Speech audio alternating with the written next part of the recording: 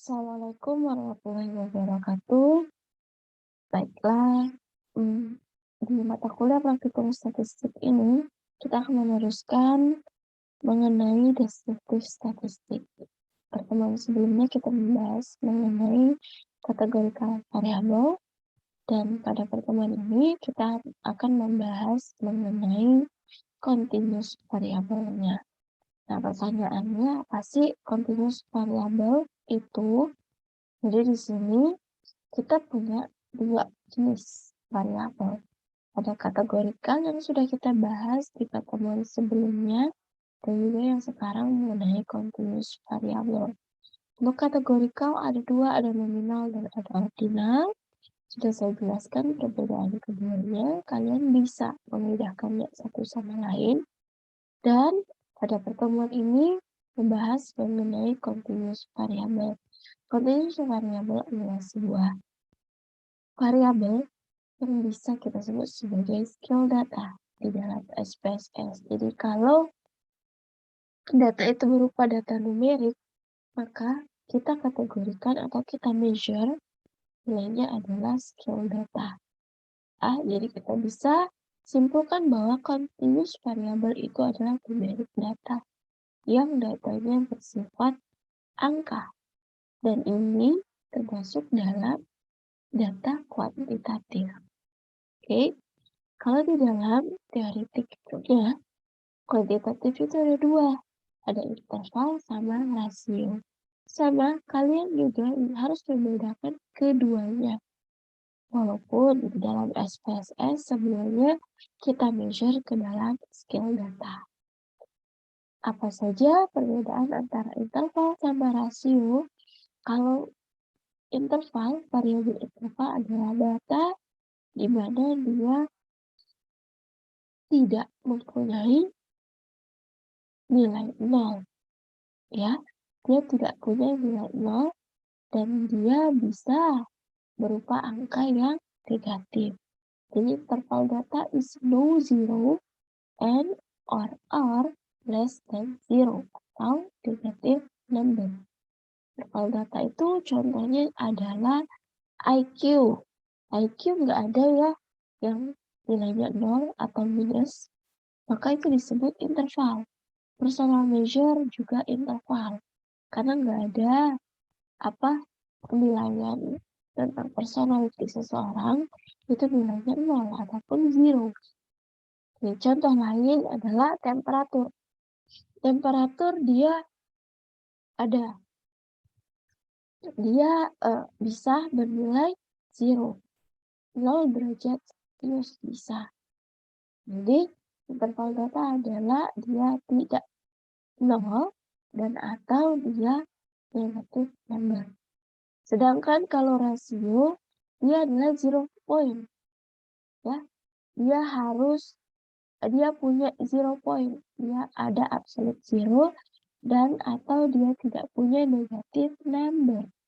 Contohnya adalah misalnya tinggi atau berat atau dalam pecahan rupiah, uang dalam pecahan rupiah atau dalam pecahan apapun dalam bentuk uang ya, tidak ada yang negatif. Kemudian weak sama weak itu berat sama tinggi itu tidak ada yang negatif, no negatif number, negatif ya. Kemudian dia ada absolute 0, dia pasti ada. Misalnya beratnya berapa? 0. Rupiahnya berapa? 0. Itu ada. Jadi tolong dibedakan antara dua jenis ini, negatif, interval sama rasio. Oke, nah di sini pada SPSS ini kita masih menggunakan data yang sama dengan yang sebelumnya. Ya. Oke, pada SPSS ini, eksperimen pertemuan ini, kita masih menggunakan data yang sama yang sebelumnya mengenai deskriptif statistik yang kategorikal. Terakhir kita pada titik di mana kita melakukan decoding variabel dari choice-nya 5 option menjadi 3 option. Itu yang terakhir kita lakukan ya. Nah, selanjutnya kita membahas mengenai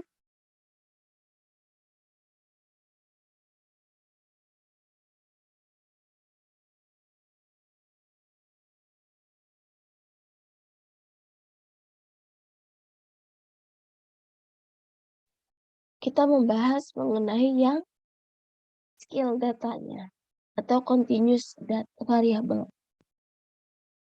Oke, di sini yang skill data pada dataset sebelumnya itu ada dua, toys own sama days to fill. Ya, kalau toys own itu adalah berapa banyak mainan yang dipinjam oleh anjingnya. Sedangkan kalau days to fill itu berapa hari mainan itu dari dia dimainkan sampai dia rusak. Semuanya itu jenisnya adalah atau measure-nya adalah skill. Nah, kita akan mainkan pada pertemuan hari ini mengenai skill datanya. Oke. Ada dua cara cepat sebenarnya kalau kita mau melakukan deskriptif statistik. Nah, kalau kita misalnya cara sebelumnya kita pilih analyze, kemudian deskriptif, kita pilih frekuensis ya. Nah, kalau di sini kita bisa menggunakan cara cepat ya dengan melakukan klik kanan di data view. Klik kanan data view pada variabel yang mau kita lakukan deskriptif statistiknya. Kemudian kita pilih deskriptif statistik. Maka akan keluar data-data penjelasan apa saja deskriptif statistik pada variabel yang kita pilih. Atau tadi kan di data view, di variabel view juga sama, bisa. Kita pilih variabel yang mau kita deskriptif statistikkan, kita klik kanan dan kita pilih analisisnya deskriptif statistiknya. Maka hasilnya akan seperti ini. Yang keluar adalah nilai mean, median, standar deviasi, range, kemudian jangkauan ya, kemudian maksimum sama minimum. Nah, tapi cara cepat ini nih terkadang apa yang kita mau ataupun pencarian yang kita mau itu nggak tertampil di sini ya. Misalnya di sini nggak ada nilai moodnya, mediannya, atau kita nggak bisa melihat nilai standar error deviasinya atau standar error mean-nya ya. Makanya yang dianalize itu lebih enak kita memilih mana yang mau kita cari, yang mana yang mau kita nggak cari, itu lebih lengkap.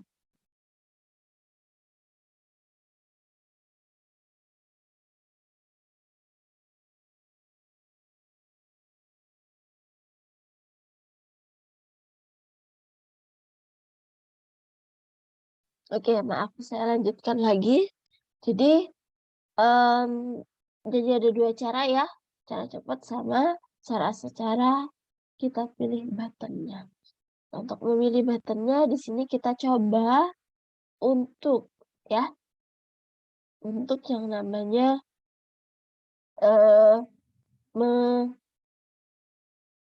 menganalisis data dengan lengkap, dengan mencari semua perhitungan, baik dia dispersionnya, baik dia central tendensinya ataupun distributionnya di dalam continuous variable. Itulah bedanya antara categorical sama continuous variable. Nanti kita akan langsung lihat ya. Baiklah, saya coba izin share screen untuk IBM-nya. Nah, di sini telah tampil dataset dengan yang terakhir itu favorit toys-nya ya. Itu pakai 3 jenis. Kita lihat di data view-nya. Di data view-nya, nah, pada bagian favorite toys itu ada 3 option. Ada noise, chewy, sama tennis ball. Sudah kita ganti ya. Dari yang 5 menjadi yang 3 option terakhir. Nah, di sini yang kita mau mainkan adalah variabel yang kedua sama yang ketiga. Mengenai toys own sama days to fill ya. Jadi untuk cara cepatnya kita shift kan dan kita klik yang nomor 3-nya. Klik kanan, descriptive statistik. Maka akan tampil mean, median, standard deviation, range, sama minimum maksimum. Ya. Kita bandingkan lagi yang kategorikal di sini. Karena IWM saya ya. Untuk kategorikal kita coba ke breed ya. Jenis keturunan kita descriptive statistiknya. Oke, ini adalah statistik pada breed of dog yang kategorikal. Dia hanya mood sama range aja. Maksimum sama minimum. Sedangkan ini banyak. Bisa mean, median, ada standar deviasi, ada range juga, maksimum dan juga minimum. Kita lihat kalau kategorikal itu central tendency yang kita gunakan hanya biasanya digunakan mood sama median.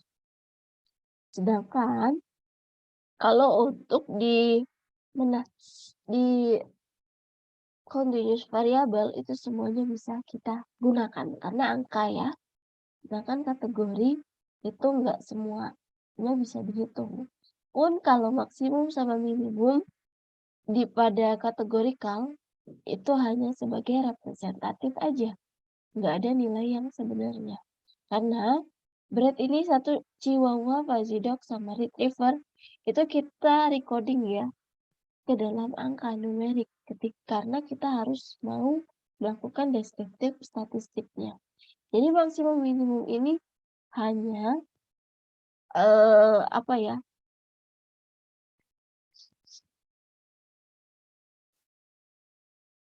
Hanya representatif aja, nggak ada nilai yang sesungguhnya.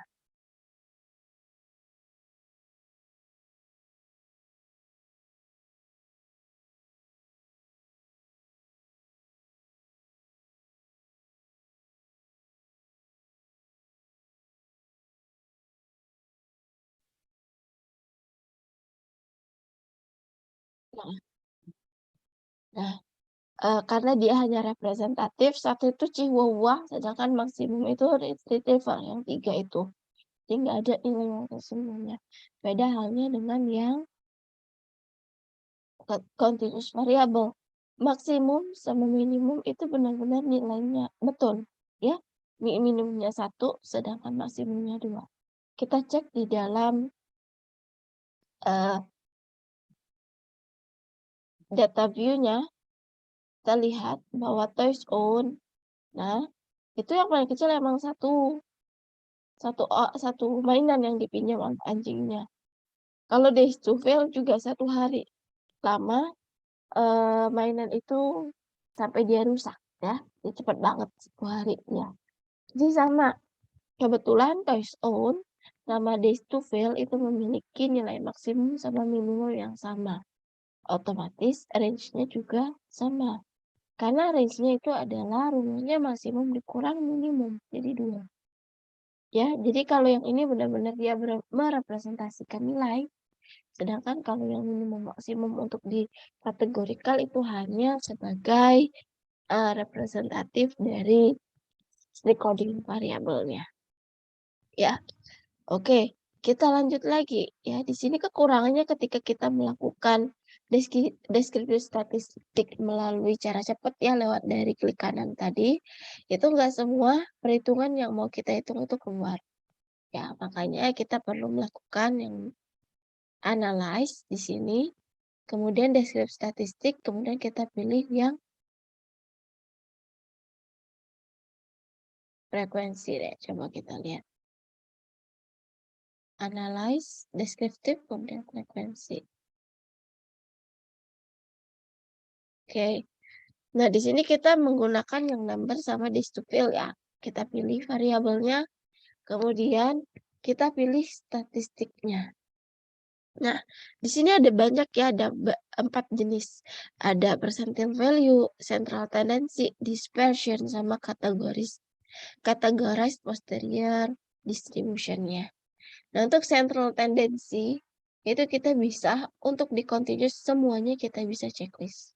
baik menghitung rata-rata, nilai tengah, median, nilai yang sering muncul, modus, kemudian jumlah, ya. Kemudian dispersion-nya kita juga bisa menghitung semuanya.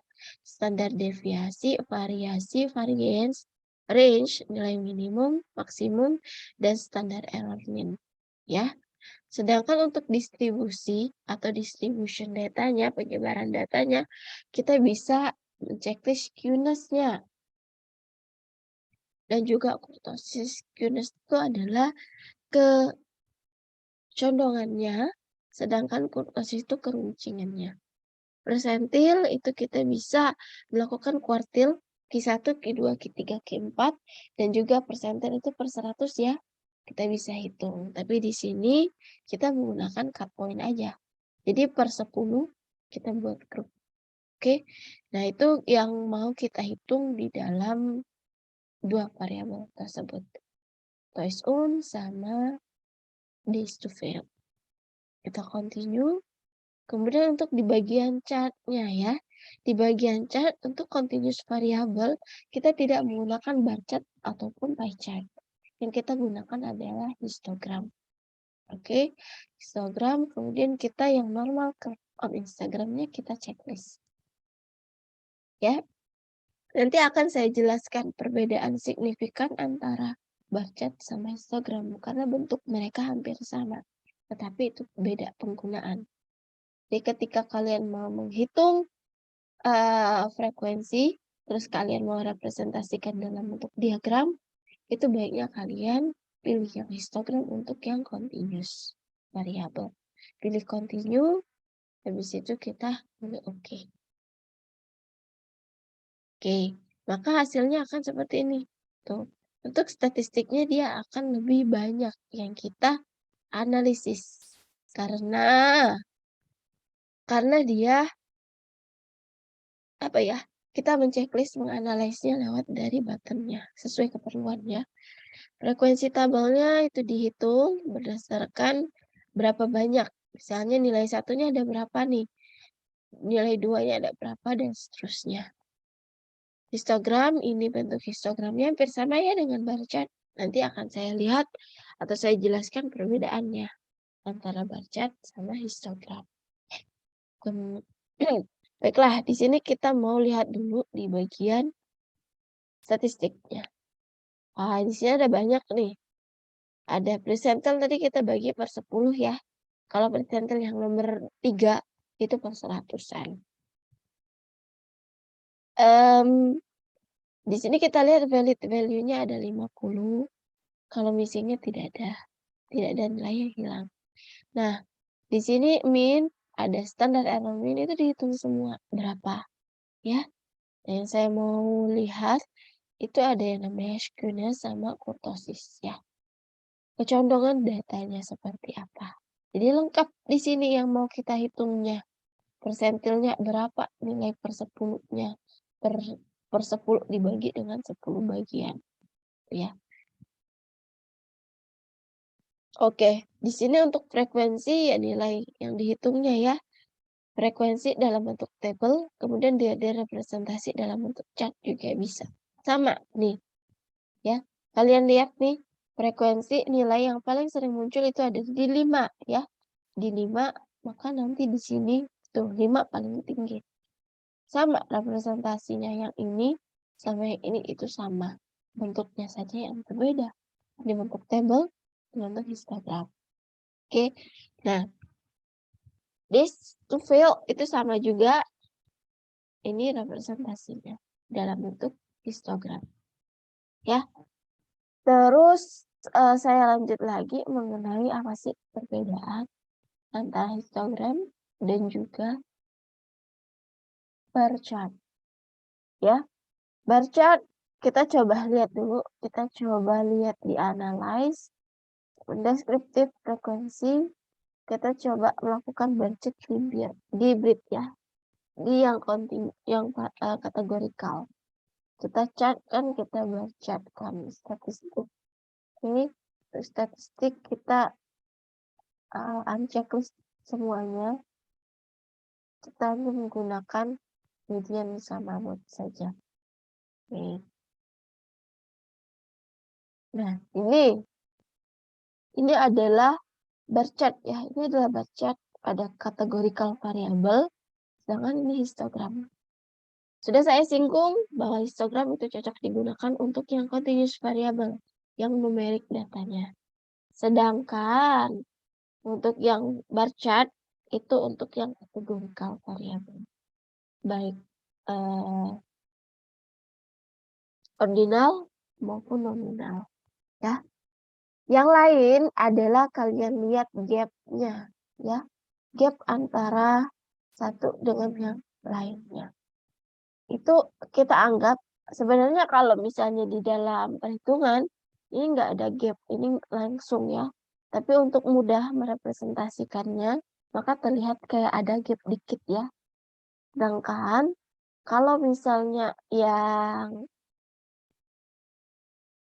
bar chart itu gapnya jauh ya. Jadi bisa kalian simpulkan bahwa continuous variable itu dia antar satu nilai ke satu nilai yang lain itu saling berhubungan. Ya, ada nilainya. Oh, ini nilainya misalnya 3, ini 4, ini 5. Value-nya menambah, menaik ya. Ada keterkaitan antara nilai satu dengan nilai yang lain. Di continuous ya. Sedangkan di variabel dia berdiri sendiri. Antara Chihuahua, Fuzzy Dog, Retriever itu nggak ada sangkut pautnya satu sama lain. Ya, dia makanya gapnya itu agak jauh. Dia nggak berhubungan ya satu sama lain. Itu perbedaan antara histogram dan juga bar chart. Saya harap kalian bisa memahami kedua chart ini atau diagram ini. Oke, kita clear dulu. Kemudian kita coba lanjutkan lagi ya materinya. Di sini, oke, kita sudah melakukannya menggunakan common frequencies. Di sini kita lihat statistiknya. Oke. Deskriptif udah. Ya, di sini udah. Nah, kemudian kita lihat skewness sama juga outlier. Ya. Skewness itu kecondongan. Outlier itu adalah nilai pencilan. Ya. Kita lihat di sini. Oke.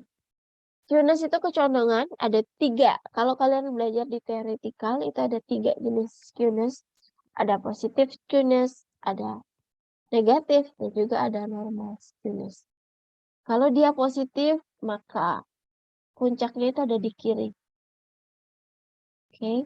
Kalau dia normal, dia ada di tengah. Hampir mirip ya. Kalau misalnya dia negatif, dia puncaknya di kanan. Ini positive skewness, ini normal. Ini adalah negatif skewness. Nah, di sini puncaknya ada di kiri, maka dia adalah positive skewness. Oke. Kalian lihat di sini ada yang kayak berdiri sendiri ya. Asing sendiri itu adalah nilai outlier. Nilai outlier adalah nilai pencilan. Ini nilai yang unik, yang lain sendiri. Ya. Tapi dia masih mencakup kategori di dalam nilainya. Cuman dia tuh berdiri sendiri. Atau dia tuh beda sendiri lah, unik sendiri. Contohnya kalau misalnya di dalam nilai. Nilai ya. Nilai itu range-nya 1 sampai 100. Di kelas kalian rata-rata nilainya itu 70. Berarti biasanya range-nya itu di 1 sampai 80. Oke. Ada satu orang yang dapat 100. Nah, satu orang yang beda sendiri ini disebut outlier karena dia unik. Ya. Dari misalnya ada dari 50 siswa, 49-nya nilainya 1 sampai 80. Satu orang 100. Makanya ini yang disebut nilai outlier pencilan. Nilainya beda sendiri, lain sendiri. Dan biasanya nilai outlier itu sering ganggu. ganggu nilai rata-rata. Kok bisa disebut ganggu, Bu? Ya, misalnya ya, yang tadinya dari 49 orang rata-ratanya 70 dapat, tapi ketika ada yang 100 masuk, maka misalnya rata-ratanya jadi 83 misalnya.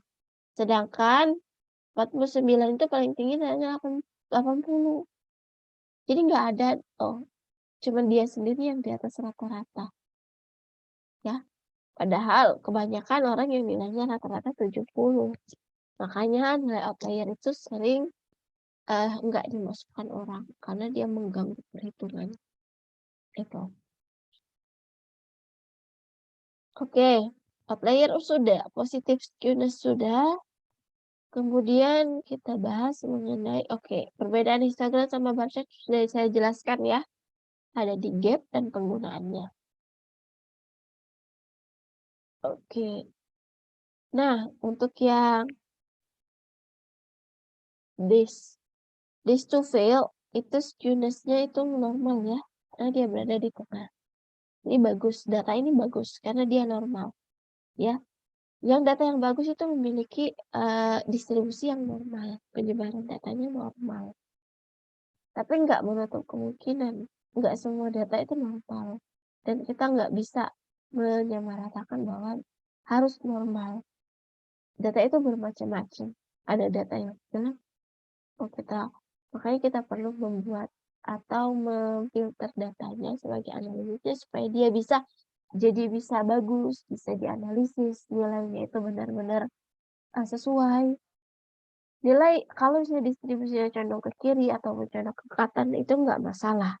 Itu adalah hal yang human sense ya, atau yang biasa ya, yang biasa digunakan.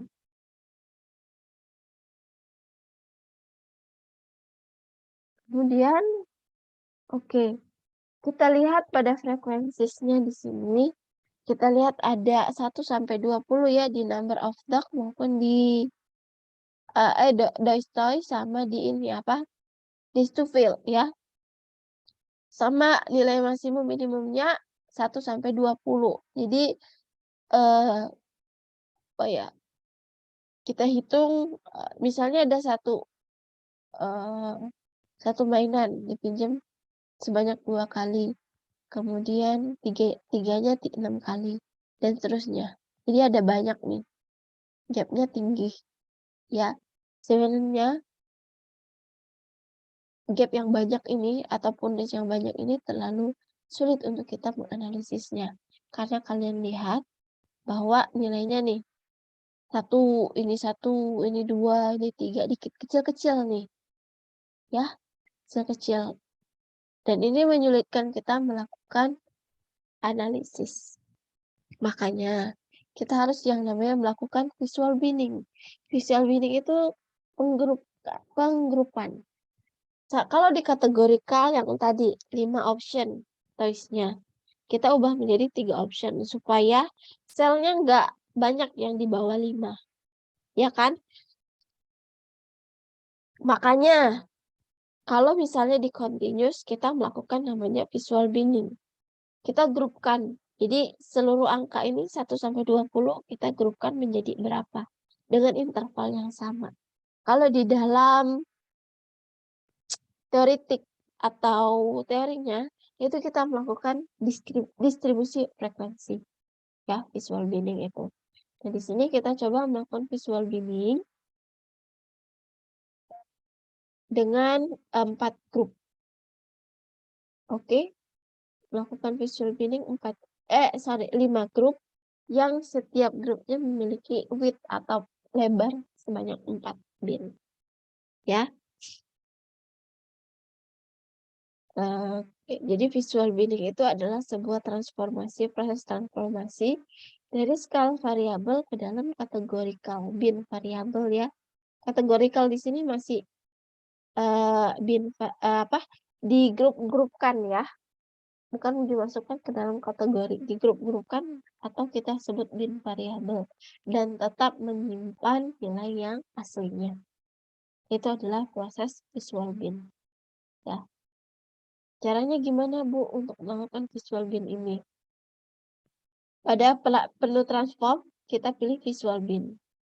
Nah, kemudian kita pilih yang mau kita visualkan, karena skill datanya sama, minimum maksimumnya 1 sampai 20, dua-duanya banyak ya gap-nya. Maka semuanya kita lakukan visual binning. Baik number of toys sama days to fill-nya. Semuanya kita lakukan binning. Ya. Yang kita mau buat adalah kita mau create 5 bin dan setiap bin itu memiliki 4 unit. Ya, contohnya 1 sampai 4, 5 sampai 8, 8 sampai 12 dan seterusnya. 5 bin ya. 5 pembagian di sini. Ya. Di situ kita setting parameternya apa saja yang mau kita gunakan dan nanti hasilnya akan seperti apa kita lihat, kita coba di SPSS-nya. Ya. Oke, di sini yang mau kita binkan test on sama days to fill ya. Kita pilih anak transform visual binning. Oke, di visual binning itu toys on sama days to fill kita pilih, kita pindahkan ke variable to bin yang mau kita binkan. Kita pilih continue. Oke, maka akan keluar dialog box seperti ini nih. Ya. Pertama kita setting dulu yang di toys on-nya. Kita ganti variabel barunya ya. Toys on bin. Yang sudah kita binkan. Kemudian ini yang upper endpoint kita pilih include kurang dari sama dengan ya. Maksudnya gimana, Bu? Misalnya kalau kurang dari sama dengan 4, 4 masuk ya. Kalau kurang dari 4, 4 nggak masuk karena dia kurang dari 4, harus kurang dari 4, minimal 3 ya. Tuh. Untuk setting cut point-nya. Oke, cut point-nya kita pilih yang equal with interval. Di mana cut point-nya kita punya 4, width-nya 4 juga. Cut point kenapa 4, Bu? Padahal bin-nya 5. Karena rumus dari cut point itu adalah jumlah bin dikurang 1. Cut point itu adalah penggarisnya, berapa yang mau kita, berapa cut point-nya gitu ya. Kalau kita 5, maka cut point-nya 4. Kalau 2, maka cut point-nya cuma 1 kali aja, jadi 1. Ya, kalau kita mau membaginya menjadi 2 bin, cut point-nya 1 aja. Kalau misalnya 5, ya 4 kurang 1. Lebarnya yang kita mau adalah 4 ya. Jadi 1 sampai 4, 5 sampai 8, dan seterusnya. Nah, untuk first cut point location-nya kita mulai dari 4. Jadi kurang dari sama dengan 4 kita mulai. Nanti kita edit lagi. Kita apply di sini. Kita make label. Maka labelnya akan seperti ini. Ya, value-nya 4, 8, 12, 16, dan seterusnya. Nah, untuk ini labelnya kita ganti 1 sampai 4. Kemudian untuk 17, ini kita 17 sampai 20. Oke. Nah, kalian lihat ini cut point. Ini adalah cut point. 1, 2, 3, 4 ya. Dan ini bin-nya 1, 2, 3, 4, 5. 5 bin. Nah, itu fungsinya. Nah, berhubung days to fill sama toys on-nya itu sama maksudnya nilai maksimum sama minimumnya, sama juga kita membaginya ke 5 bin yang isinya 4 unit, maka kita copy aja tanpa men-setting yang satunya. Kita copy bins to other variable, kita pilih ini. Habis itu yang days to fill-nya kita kopikan. Settingnya sama ya, karena kita sama-sama 4 unit di 5 bin-nya. Kemudian tapi sebelum itu kita pilih dulu kita untuk menamainya. Kita hanya menamakannya saja. Bin. Kalian lihat bahwa ini udah ke setting semua. Settingannya sama kayak yang toys on-nya. Ya. Kemudian kita pilih OK. Maka binning specification will create 2 variable. 2 ya. Toys on sama days to fill. Kita OK kan. visual binning lagi proses ya. Nah, ini udah selesai nih. Kita udah berhasil membinkan continuous variabelnya. Jelasnya kita lihat di data view-nya. Oke, nah ini kalian lihat toys on-nya itu 5, masuk kategori 5 sampai 8. 4 masuk dalam kategori 1 sampai 4. Jadi dia cuma hanya 5 grup ya. Lebih singkat dibandingkan yang ini tanpa kita binkan. Gitu. Nah, kalian lihat di variable view-nya. Ya, di variable view-nya itu width-nya cuma 5 jenis. Kalian lihat di sini. Tuh. 1, 2, 3, 4, 5. Akan lebih mudah ketika kalian melakukan deskriptif statistiknya. Kita lihat ya, aku kan deskriptif statistik cepet aja. Nah, maka dia frekuensinya lebih banyak. 1 sampai 46, 5 sampai 8, 19. Dibandingkan yang gapnya banyak seperti ini. Ya, ini lebih sulit kita menganalisisnya karena nilai kecil-kecilnya banyak. Sedangkan ini kita grupkan saja dan hasilnya ini dan lebih mudah untuk menganalisisnya. Tuh. Oke. Itu untuk visual binning-nya dan untuk khusus di skill-nya ya. Untuk di skill atau di continuous data. Oke. Sudah? Oke, di sini udah dilakukan visual binning.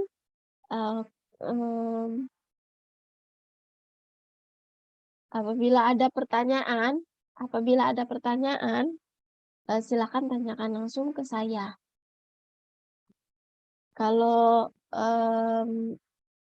kita sampai sini dulu aja materinya sampai kita visual binning kan. Nanti pertemuan kedepannya kita akan membahas mengenai Z-score. Masih menggunakan data yang sama yang sudah kita visual binning-kan. Habis itu kita hitung Z-score-nya atau Z-score-nya seperti apa. Tuh ya. Oke, saya akhiri. Wabillahi taufik wal hidayah. Wassalamualaikum warahmatullahi wabarakatuh.